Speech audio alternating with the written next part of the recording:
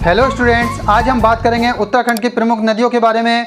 आप जानते ही होंगे कि उत्तराखंड जो प्रदेश है, जो राज्य है, वो हिमालय की गोद में बसा हुआ राज्य है। यहाँ पर जो नदियाँ हैं वो सदाबहार नदियाँ हैं। अधिकतर नदियाँ सदाबहार नदियाँ हैं, जिनके कारण यहाँ पर पानी हमेशा बहता ही रहता है। इन नदियों का उपयोग हम जल विद्युत बनाने में और अनेक प्रकार के प्रयोगों में करते हैं, सिंचाई के प्रयोगों में करते हैं। यहाँ का जल शुद्ध जल पीने के काम आता है और उत्तराखंड का जो जल होता है, नदियों का जल होता है, वो अमृत के समान होता है। आज हम उन्हीं प्रमुख नदियों के बारे में बात करेंगे। जैसा कि आप यहाँ देख रहे हैं, हमने यहाँ 13 नदियों का विवरण दे रखा है। विवरण का मतलब है नाम लिख रखे हैं। विवरण तो हम बताएंगे आपको कि किस प्रकार से कौन सी नदी कहाँ से निकलती है और किस तरीके से उसकी जानकारी हम देंगे। लेकिन यहाँ पर हमने 13 नदियों के बारे में हमने बता रखा है, जैसे गंगा नदी, यमुना नदी, काली या शारदा नदी, भागीरथी नदी, धौली गंगा नदी, टॉन्स नदी, नंदाकिनी नदी, मंदाकिनी नदी, रामगंगा, पूर्वी धौली गंगा नदी, पूर्वी रामगंगा नदी, सरयू नदी, पूर्वी व पश्चिम नियार नदी। इन नदियों के बारे में चूँकि एक ही वीडियो में 13 नदियों के बारे में विस्तार से वर्णन करना बहुत मुश्किल हो जाएगा और वीडियो बहुत बड़ी बनेगी, इसलिए हम कुछ नदियों का विवरण इसमें देंगे और नेक्स्ट वीडियो में हम आपको और जो बची नदियां होंगी उनके नेक्स्ट बाय नेक्स्ट वीडियो में हम आपको इसका विवरण देते जाएंगे। तो हम चलते हैं पहली नदी के बारे में, गंगा नदी। गंगा नदी उत्तराखंड की नहीं अपितु पूरे भारत की पवित्र नदी मानी जाती है। गंगा नदी गौमुख से निकलती है और जहाँ से ये गंगा नदी निकलती है, हम यूँ कहें कि गौमुख से जब ये नदी निकलती है तब इसका नाम होता है भागीरथी नदी। जैसे ही भागीरथी नदी जब आगे की ओर बढ़ती है तो सतोपथ हिमनद से एक नदी और निकलती है जिसका नाम है अलकनंदा नदी।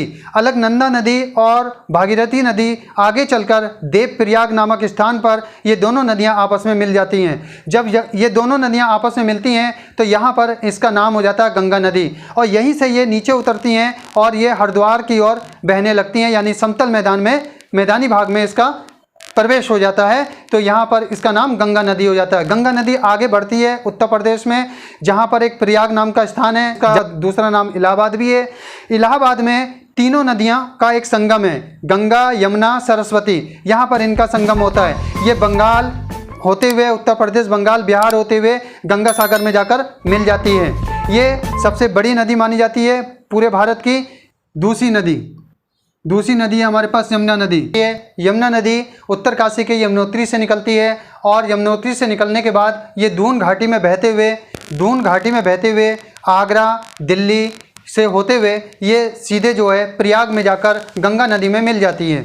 और यमुना नदी की जो सहायक नदियां हैं वो है टॉन्स, गिरी तथा आसन। तीसरी नदी काली या शारदा नदी।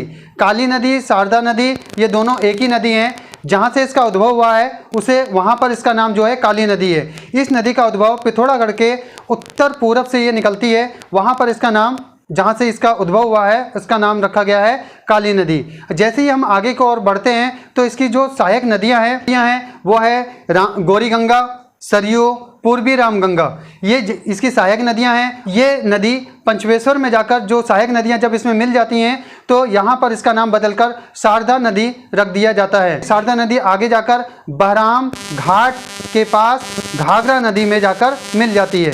अगली नदी की बात करते हैं तो हमारे पास है चौथी नदी भागीरथी नदी। भागीरथी नदी उत्तरकाशी के गौमुख स्थान से निकलती है और गौमुख स्थान से निकलने के बाद में ये देवप्रयाग में जाके अलकनंदा नदी इसमें मिल जाती है।